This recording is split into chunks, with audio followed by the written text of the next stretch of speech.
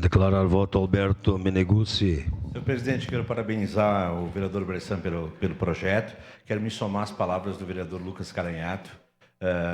Até recentemente, alguns anos, nós não tínhamos um fraudário aqui para pegar a inclusão, né? A vereadora Denise, quando teve filho, ela reivindicou e nós não tínhamos um fraudário, né?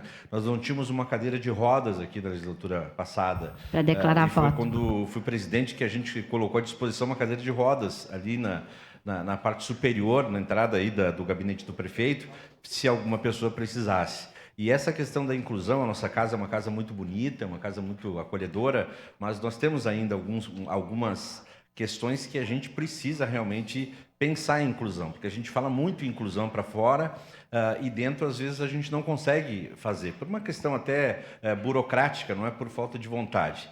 E essa questão da comunidade surda é uma questão muito importante. Nós tivemos aqui na legislatura passada um vereador surdo, que era o vereador Tibiriçá. E nós tivemos que fazer toda uma estrutura aqui para que ele pudesse trabalhar, né? E que a gente pudesse entendê-lo, que ele pudesse nos entender também. Nós não tínhamos essa estrutura.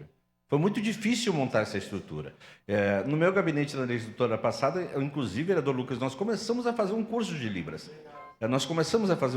Isso depois não deu sequência. Mas essa questão de preparar os servidores, desde a portaria até nós nos prepararmos, é muito importante. É muito Para importante declarar mesmo. o voto. E eu parabenizo o vereador Bressan pelo projeto e espero que esse projeto não seja vetado.